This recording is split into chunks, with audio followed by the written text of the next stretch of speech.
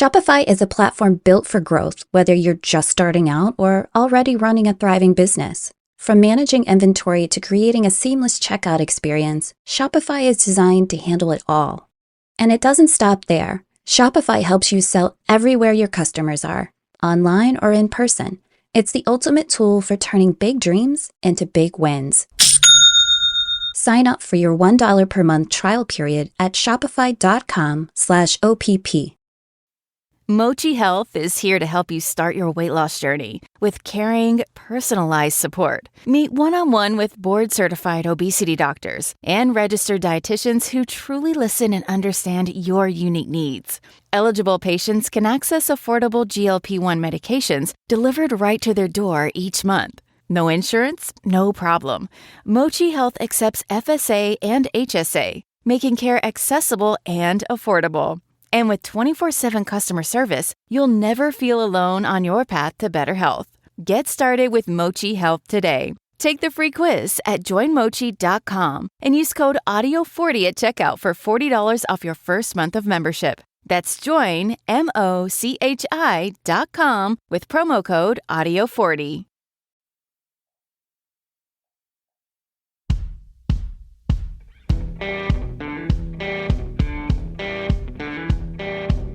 I'm Brett.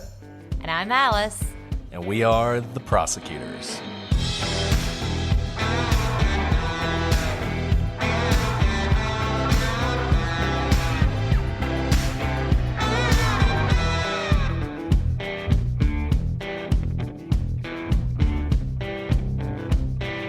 Today on the Prosecutors, we continue our investigation into the mysterious death of Rey Rivera.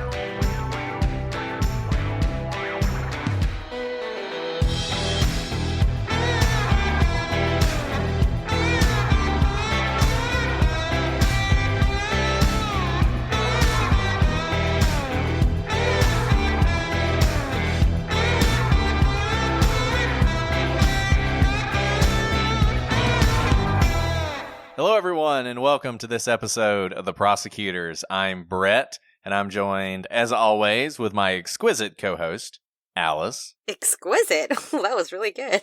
Yeah, exactly. And I don't think that's an apt description because I just told you before we started recording that I was eating a bag of chocolate chips out of the bag. I think that's beautiful. That's absolutely exquisite. What are you talking about? Yeah. Don't, why waste your time baking them into cookies when you can just eat them straight up? Let me go get a stick of butter. Anyways, it's really good to be here with you. Yes, it's always good to be with you guys. Always a pleasure to join you. This is the highlight of our day. Definitely the best part of our day. Today is, especially today, it's the best part. Today, I think 100% of the people I talked to today lied to me, I think. My witnesses. I think that's right. I think that's so. Right. Yeah. I don't know how that makes me feel about, humanity, but... Yeah. I feel like I'm getting better and better at figuring out when people are lying to me. I don't know. I'm always surprised, though, so maybe not. I'm just a gullible person. I believe people when they tell me. You're not gullible. You believe the best in people, and shouldn't we all do that? I do. That's probably not a great trait for a prosecutor. It's a terrible trait for a prosecutor and a lawyer in general. Yeah. All right, we're you should quitting. really just believe the worst about people always, and that's the best way to never get screwed over. So that's my piece of advice for you today, kids. Also, a terrible believe the worst life path. Anyways, we're here actually to talk about Rey Rivera. Yeah, we're here to talk about Rey Rivera. Yesterday, we went through sort of the general arc of the story, went through the timeline of the days leading up to Rey Rivera's death. We'll be coming back to that again and again, just because I think that's really critical to what happened here. Whether you think Rey was murdered or whether you think Rey committed suicide, I think those days tell the story. So we'll get more into that. But now that we've told you sort of the overarching story, we want to dive in to the specifics. We want to get into a lot of those details that we sort of just, flew over in this 30,000-foot view that we were giving you of what happened to Rey Rivera. So I think we'll start today with a little bit more on Mr. Porter Stansberry. And really, Porter's name is kind of the undercurrent throughout this entire story. Porter is the reason that Ray and his wife move out across the country to Baltimore. It's the company that Ray's working at. Porter comes back from out of town the day that Ray's reported missing. He puts up a reward. He's looking for his lifelong friend.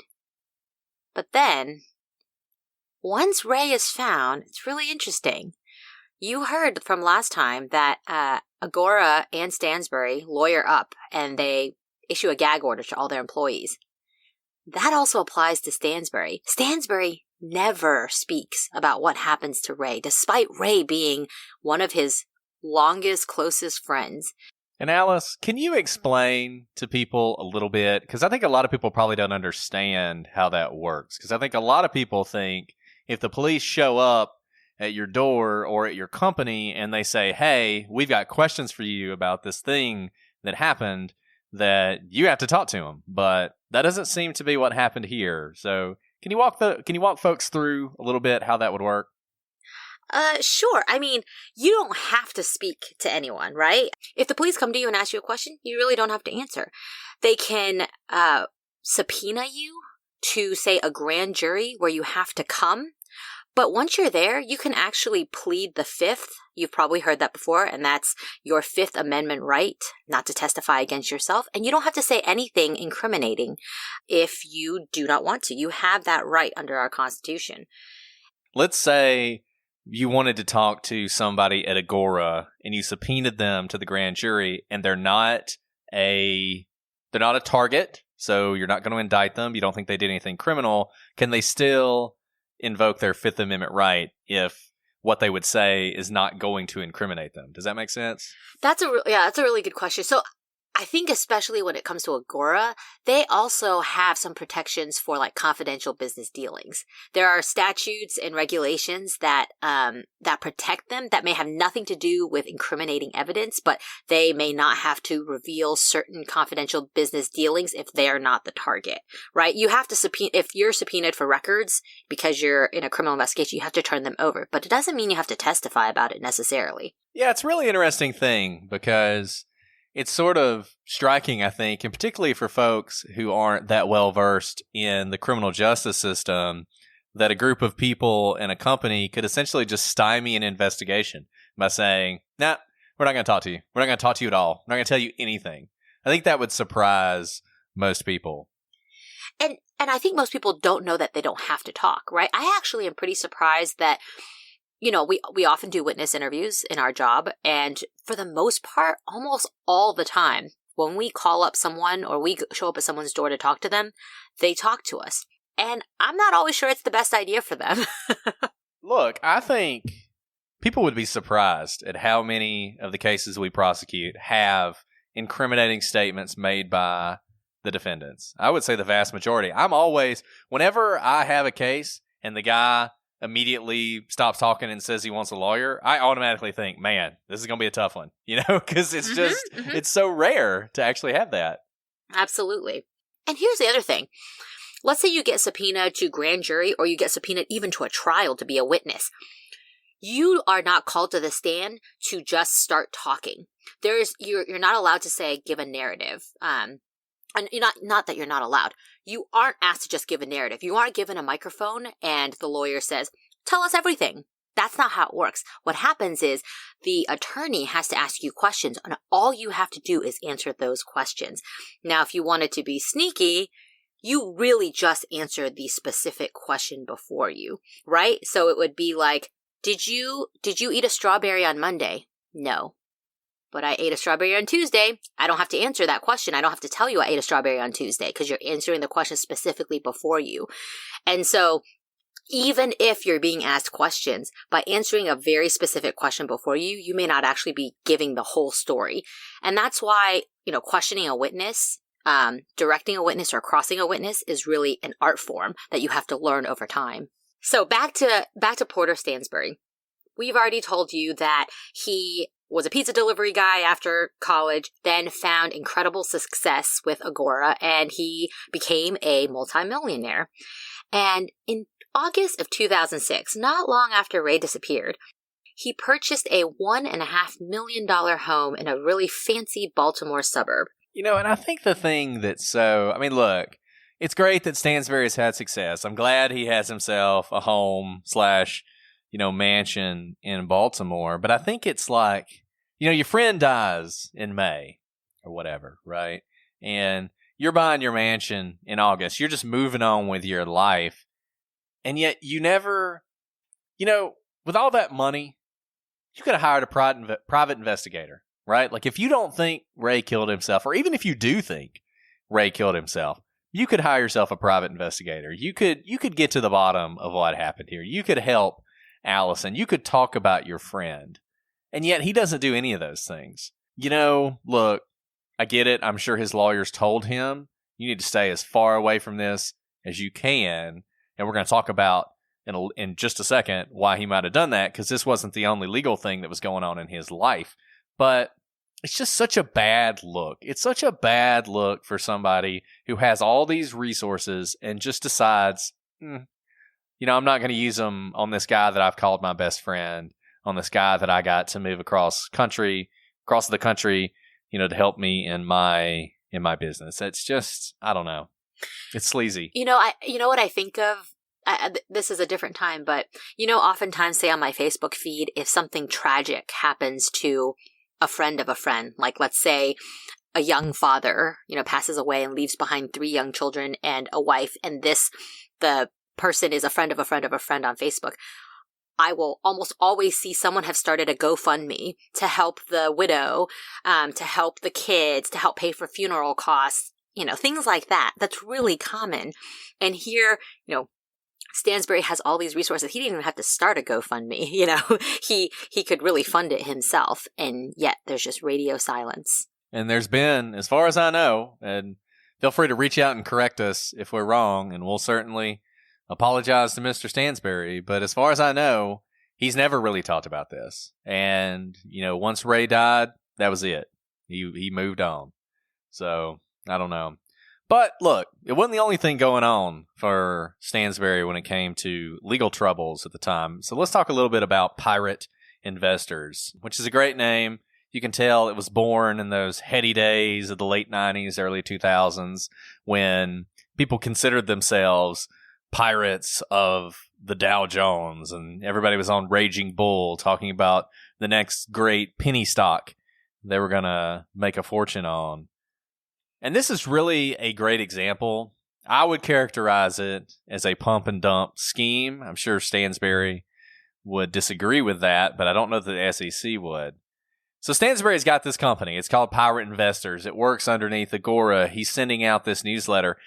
And it presents itself as this investment club that's going to offer insider investment advice to outsiders. They're going to do the things that mainstream investment firms don't do. And frankly, from their point of view, things that mainstream investment firms don't want the little guy to know about. They're telling all the secrets. And one of the things that they promise is that on occasion, investors, if they are willing to pay, a little fee, they'll get a special tip. So, you pay a few $100s up front and you're going to make thousands on the back end. And in May of 2002, Pirate Investors sends out an email to thousands of its subscribers. And I actually think this is the Oxford Club that they send this super insider tip to. And the email says that there's a nuclear energy company that is going to benefit from an arms reduction treaty between the United States and Russia. And Pirate Investors, under the signature of Stansberry, claims to have an executive in the company who's going to provide inside information on when the big deal will close. And for a mere $1,000, Pirate Investors will share the date of that deal to their subscribers. And you can imagine why this is so valuable. You buy the company now, you wait till that date, boom, stock goes up, you sell, you make a ton of money. And all that for just $1,000. Hey, really quick, Brett. I know we're about to head into their legal troubles, but how is that legal? If for an insider to tell you when a deal is going to... That's insider trading, isn't it? I think, insider trading has always confused me. This is not something I'm an expert on. So if somebody out there is an expert on insider trading, I think because nobody at Pirate Investors is an insider and nobody who's receiving the information is an insider, they can do this. But insider trading is just trading stocks based on access to confidential information. So if they're reporting on someone's confidential information, I think it's insider trading. See, I think it goes beyond that. I think there has to be some sort of connection to I don't think it's enough that you have insider information. Like I said, I just don't know a lot about this, but I don't think it's enough. I think you have to have some sort of duty to somebody that you're violating in order to get hit for insider trading. Like I said, if there's somebody out there who knows a lot about this, so we're going down a rabbit trail. But all I'm saying is, this doesn't sound super legit to me, anyways. No, it's gonna raise. I mean, look, yeah, red flags were gonna shoot up all over the place as soon as they did this. I mean, I can't imagine that the SEC wouldn't look into this and would want to know, who is this insider who's sharing all this information to you? And did they benefit? And various other things. But yeah, I would love to, if anybody knows that, answer that. I mean, this is the thing about lawyers. We're like anybody else, right? Like, you ask a brain surgeon about the foot, and they're not gonna know they're not gonna tell you. Same thing with lawyers. I don't know anything about insider trading. So if anybody does, let us know. But in any event, they got this information, and the company, and this is really interesting, and you got to dig to find out this information. This ends in an SEC complaint.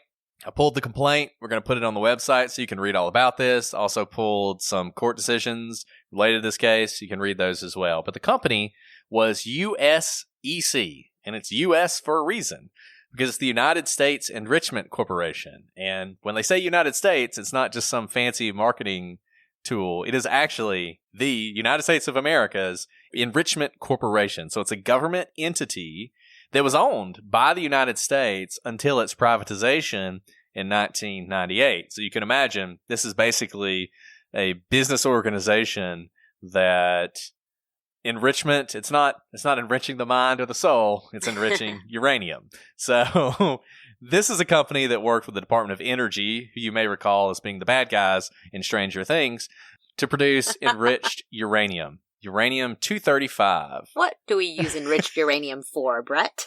And what do we use enriched uranium for? It's glow-in-the-dark clocks, right? No. Definitely not. It's the element that is necessary to fuel nuclear power plants and is used for the enrichment of plutonium and the construction of atomic weapons. So it's a very important element. And according to Pirate Investors, yes, the atom bomb, USEC was due to make a deal with a company called 10X. Now, 10X, what in the world does that name mean? Well, I don't know what it means because it's a Russian word. This is a Russian governmental corporation tasked with dismantling nuclear warheads. And Pirate claimed that they were going to turn around and sell to USEC the materials from those nuclear warheads. And 10X, if you know anything about the Soviets and you know anything about the they had all these very sort of blandly named things, like the Small Machine Corporation, right? And the Small Machine Corporation was the corporation that made like atomic weapons and stuff like that, right? Because they're not very big. And if you've ever watched, or if you watched Chernobyl, you would have heard about a lot of these different entities, and 10X was one of them. For a very long time, it had been illegal for the Russians and the Americans to trade in uranium for obvious reasons. But according to Stansberry, on May 22nd, 2002, there was going to be a deal approved that was going to coincide with a summit between George W. Bush and Vladimir Putin. And this was the tip that they were giving to their very best investor clients for only $1,000. This sounds, of course, Russia would be involved. Of course Russia's involved. I know, seriously. And as you can imagine, this has fueled a lot of speculation for many years afterwards. But here's the problem. The tip goes out on May 14th, 2002. And before that day, USEC was averaging a trading volume of about 189,000 shares a day, right? So not a lot of shares. This was not a company a lot of people were interested in. After May 14th, after this tip goes out, trading averaged 3,340,000 shares a day. So we went from 189,000 to 3,340,000 shares a day. An increase of more than 3,100,000 shares. Yeah, I don't even know what the percentages are. A lot of percent.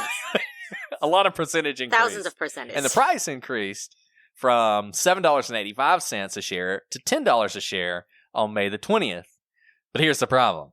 May 22nd comes and May 22nd goes, and there is no agreement.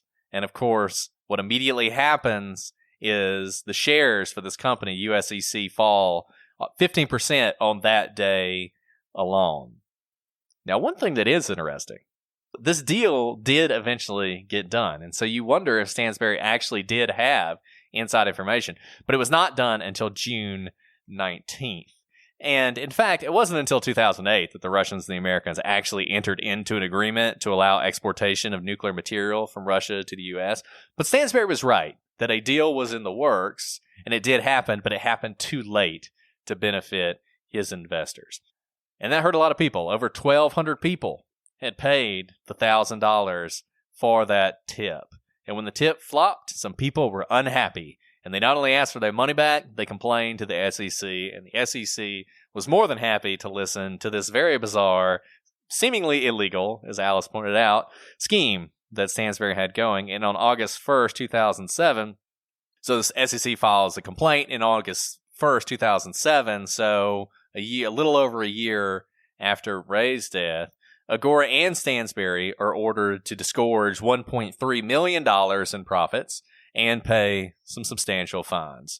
And they fought this judgment all the way through the Fourth Circuit, where they lost, and to the Supreme Court. They actually were able to get a large number of publishing companies. And we're talking, the most famous publishers in the country, Wall Street Journal, New York Times, a lot of different people, to file an amicus brief for their petition for certiorari. So the Supreme Court doesn't have to take any cases. If they didn't want to take any cases next year, they wouldn't have to take them. They get to pick, right? And so a lot of times you'll file your appeal, what we call a petition for the writ of certiorari. Why we call it that, I don't know.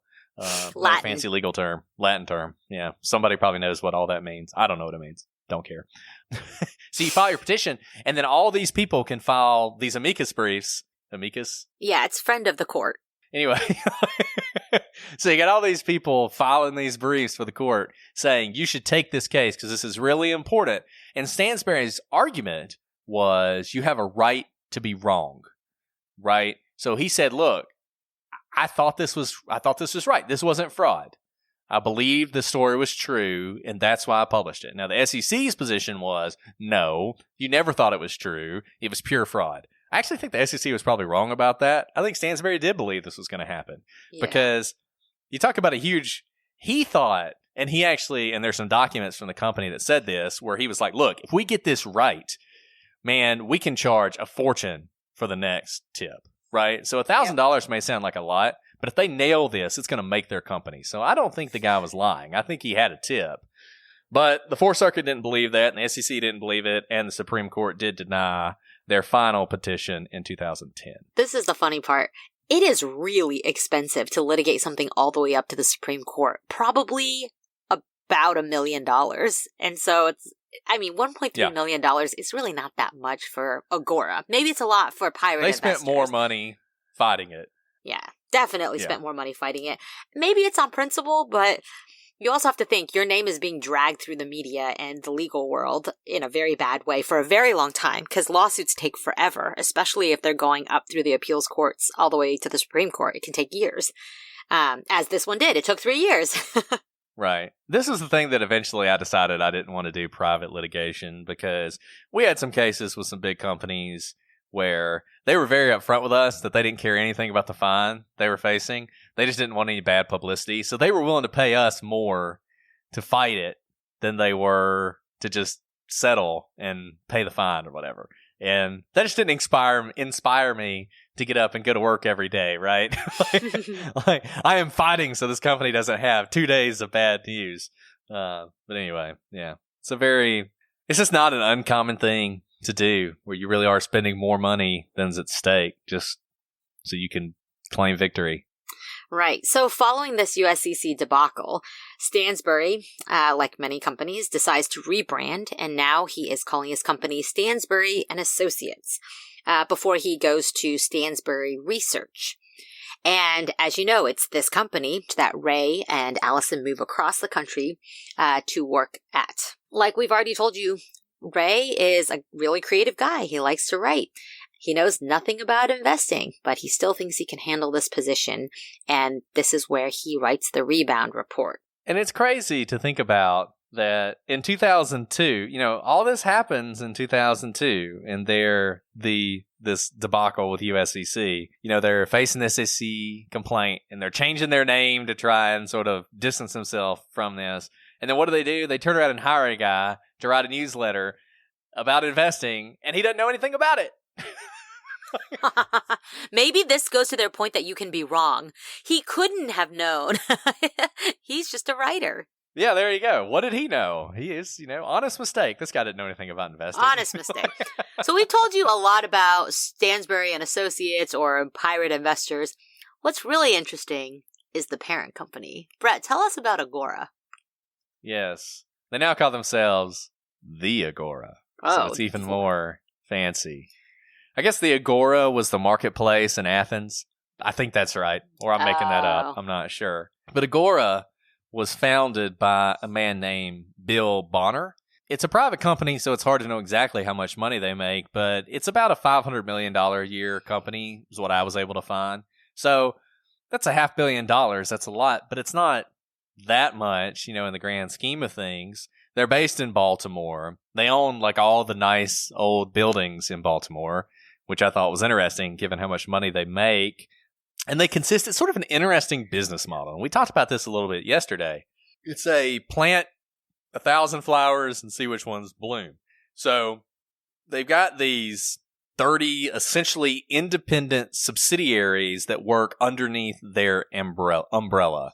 Pirate Investors / Stansberry and Associates, that's one of their little subsidiaries.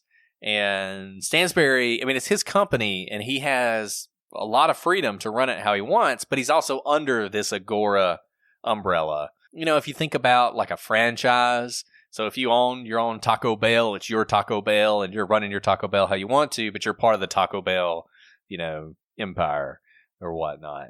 It publishes books. It publishes newsletters. I kind of wonder how the newsletter business is going these days. I don't really know how they've transitioned in the internet age, but they do it on every conceivable topic.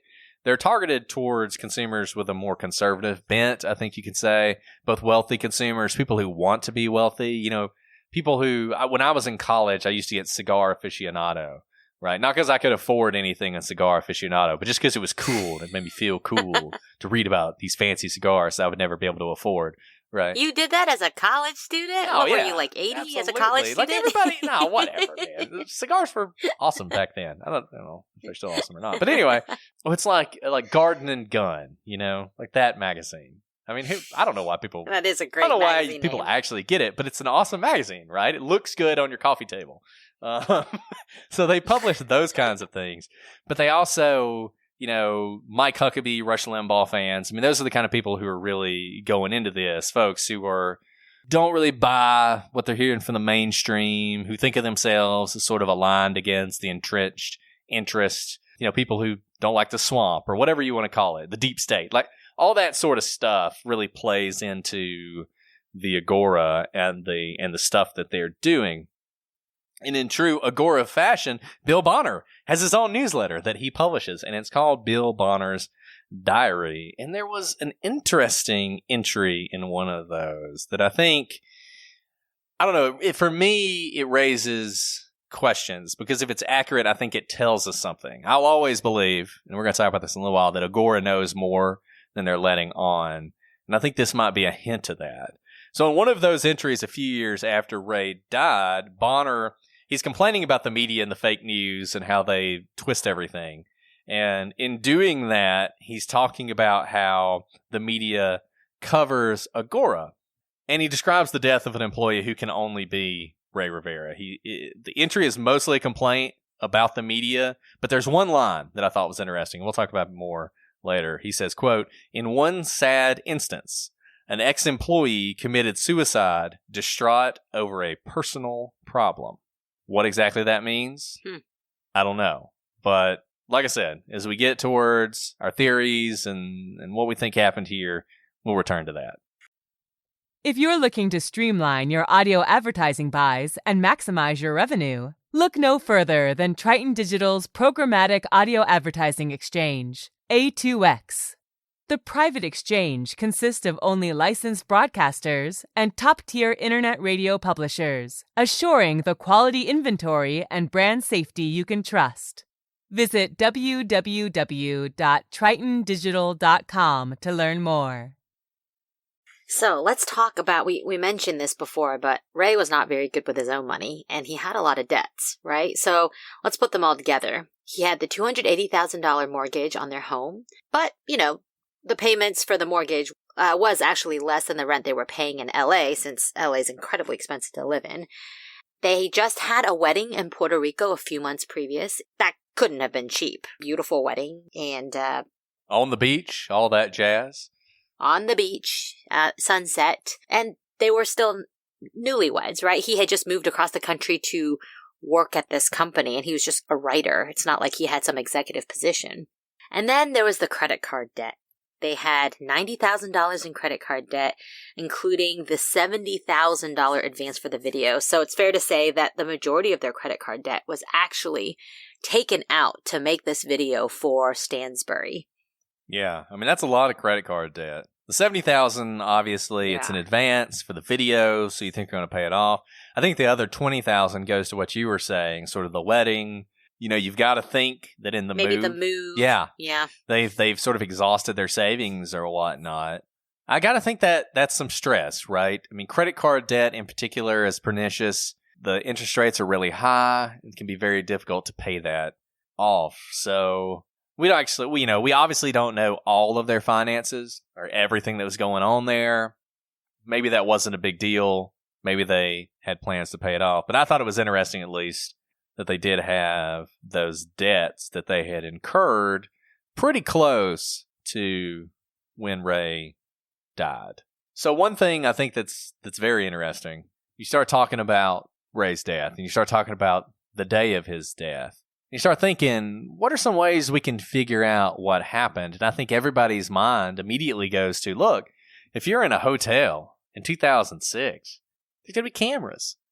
There's going to be cameras. Did Ray walk in with anybody? Did he get in the elevator with anybody? Did cameras catch him alone? Well, here's the problem. There were cameras in the Belvedere, and for the most part, they worked. But they didn't work on the day that Ray died. So the Belvedere Hotel, and according to media reports at the time, the Belvedere Hotel security cameras had, quote-unquote, malfunctioned. The police took the video anyway before eventually returning it to the hotel, at which point Allison was actually able to view this video. And according to Allison and reports about what she saw, it shows activity up until that day, May 16th, the day that Ray goes missing and presumably dies, and then it's gone. And inexplicably, it jumps from the 15th to the 17th, and it's like the 16th, it just never happened. And some people have speculated it's like it was deleted. What? So both sides of the day had recordings? That's my understanding. My understanding is that everything is fine up until the 16th. The 16th is gone, and then it's back. That's my understanding of what the video looks like. What are the odds? Yeah. Because at first I thought it was just that the camera didn't work, and it's like, okay, that camera didn't work. But what? What if the 15th and the 17th showed up, but not the 16th? And this information I'm taking from Makita Brotman's book. So if anybody can correct that, I mean, I know on the Unsolved Mysteries episode, they talk about the video not working. But her book makes it sound a lot more suspicious than that. It's not just that it wasn't working. It's that it wasn't working on that day. Now, the rooftop cameras were disconnected. So, I think they probably just were never on. But the other cameras, yeah, it seems like it worked, it didn't work, and then it worked again. Whew. Okay. One last unusual aspect before we move on to some angles we have from our prosecutor perspective. Allison had given Ray a money clip as a gift. I think it may have been even like a wedding gift, but it was very special to him. It was precious to him. He loved Allison. He loved this present. He really never went anywhere without this money clip. And it was a distinctive one. It had engravings. It's one of a kind. And yet, even though Ray's body was found and, his phone and his glasses were found near his body, the clip wasn't on his body. And in fact, it's never been found. So they recovered his car. They searched all in his car. Nowhere. It's not at home. Where else could it be, right? Ray was at home and then he was in his car and then, assuming, he goes up to the Belvedere and jumps. So where's his money clip? And it's never been recovered. And that's just kind of a weird aspect. It may mean nothing, but it might mean something. It might mean that someone has it. Yeah.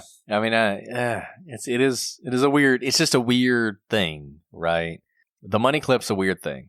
It's a weird thing. And it was something that was personal to him. It was something that was special to him. But my one thought is the money clip probably was not just a money clip, right? It probably had money in it or a credit card. And if in fact your theory previously that when he hit the roof, the items in his pocket fell out, like his glasses and his cell phone, maybe the money clip did fall out, but it fell maybe off the roof and fell onto the street, and someone thinking it was just a dropped wallet with cash or something picked it up and took it. That's a possibility. Or it could have fallen into a drain or into some sort of crevice where nobody ever saw it again. Those are all possibilities.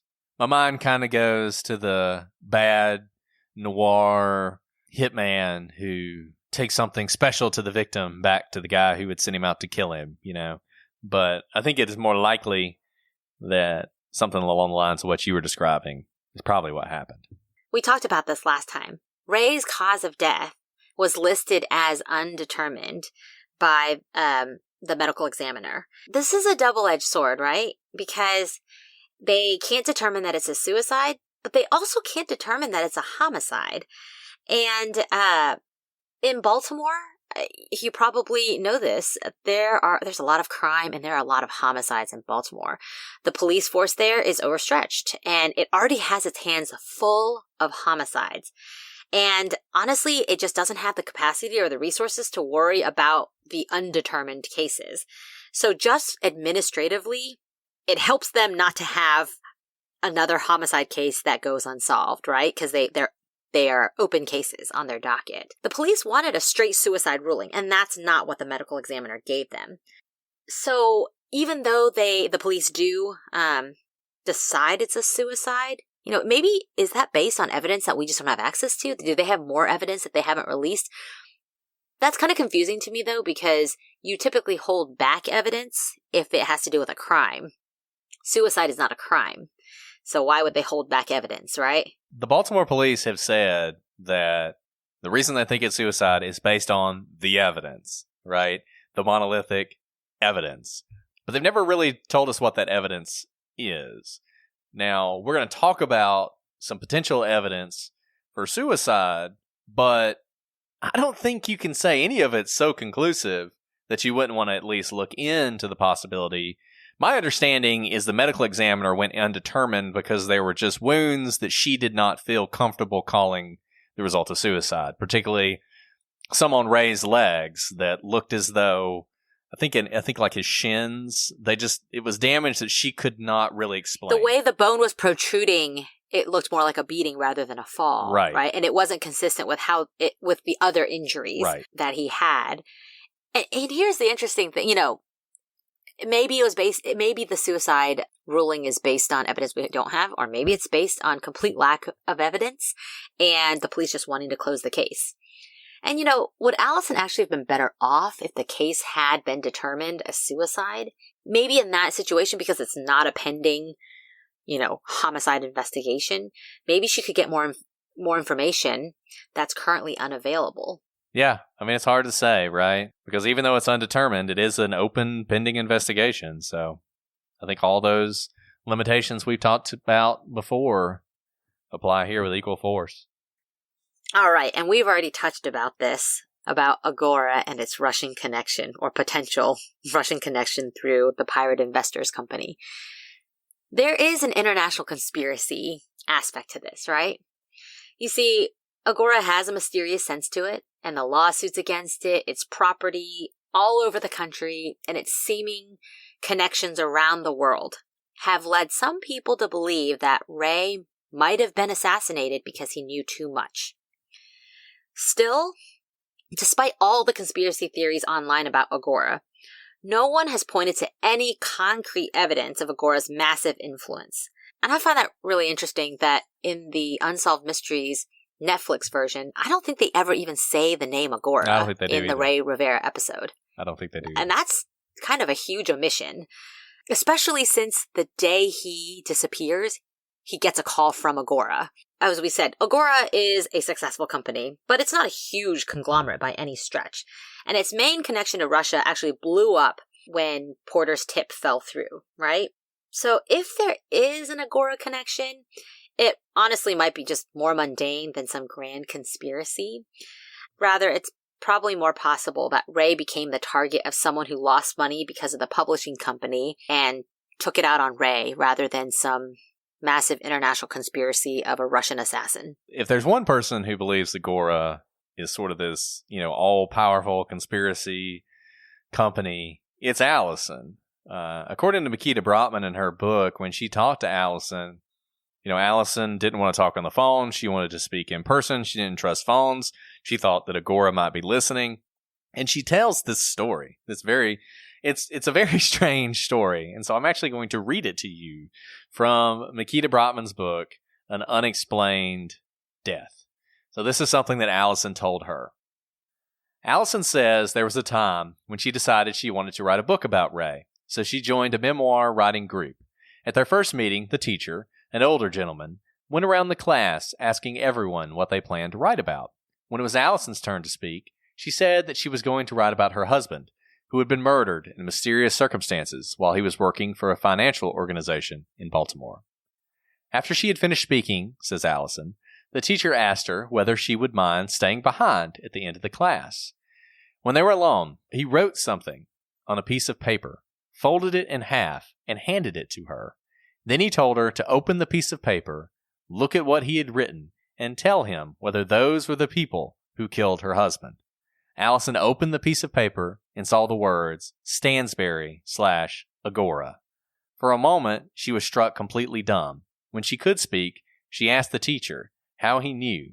He told her he used to be a lawyer and his work involved prosecuting white-collar criminals. He knew the kinds of things those people could do. He said others had spent years trying to prosecute those people, but could not even get close. His advice to Allison was to stay away. If she wrote her story, he said, she would be putting her life on the line. So, yeah. Man. So she does believe this conspiracy. So I don't know if we're all going to be, I don't know, Alice, if we're going to be assassinated for publishing this podcast. But I just want to note for anyone who might be listening right now, we do not think Agora is involved.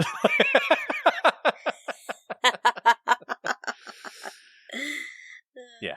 So like we said at the beginning of this episode, this is a story that's, it's a lot deeper than you think when you're first looking at it. Even though it is mysterious, I think there's not a lot of evidence and you kind of feel like, a guy jumps off a building. But in reality, there's just so much more going on here. We're going to stop for today, but we got so much more to talk about.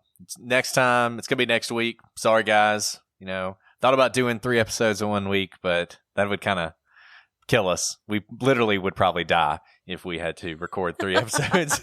Not that we don't love y'all. Yeah, it's just a lot. We love you so much that we don't want to die, so we can continue doing this for you. So we're going to do that. We're going to publish that one next week, and we're going to talk about our theories. And we're going to talk about other people's theories and theories that are popular out there on the internet. And one thing we're going to do that I think you'll find very interesting is read through this note that was taped to the back of Rey's computer and was found there sometime after he died. You probably heard about that note if you know anything about this story. Definitely talked about it on Unsolved Mysteries.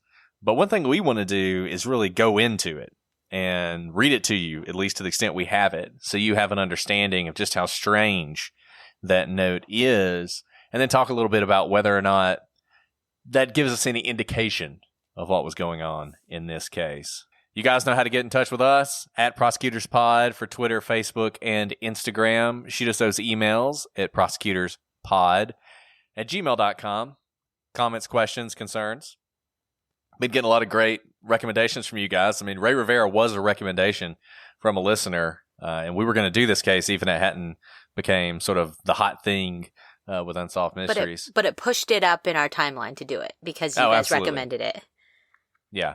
And then prosecutorspodcast.com is our website where we will have some documents we talked about today regarding that lawsuit that Agora was involved in. Also want to recommend, should be obvious by now, given how many times we've mentioned it, but An Unexplained Death by Makita Brotman. A lot of the stuff that we've talked about comes from that book. It's a very well-written book. She spent a lot of time researching this case. There's a lot of stuff in there that goes way beyond the Unsolved Mysteries episode. Like I said, it also kind of goes off the rails sometimes. I really like that. It may annoy you, but just fight through is my recommendation because it's a good book. We've tried to cut down the off the rails part and just stay with Rey Rivera. So if you want to just listen to us, that's fine too. Right. Fewer stories about how rats are really good and people shouldn't hate them so much, and more Rey Rivera. But Alice, it's been a pleasure. I've enjoyed this. Look forward to getting back with you next week and finishing up this story. Absolutely. And I can't wait for next time because I really want to get to the end of this. I know. But until then, I'm Brett. And I'm Alice. And we are the Prosecutors.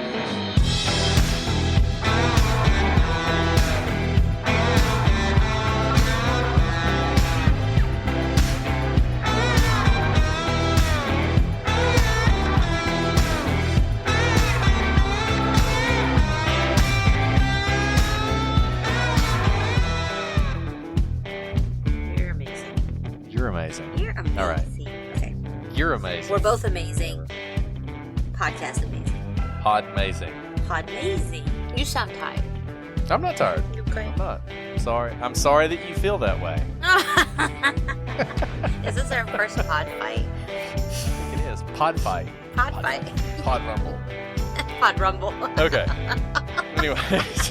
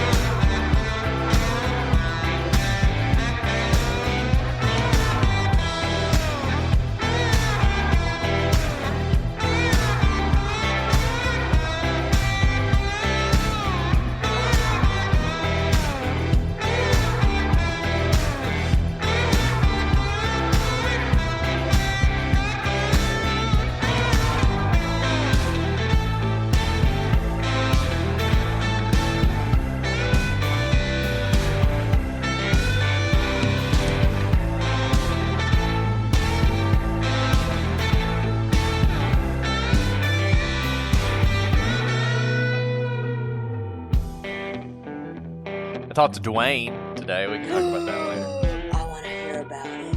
I kind of think Dwayne didn't do it, but I don't know. Yeah. He's from Canada. People from Canada don't murder people. No, but people flee to Canada.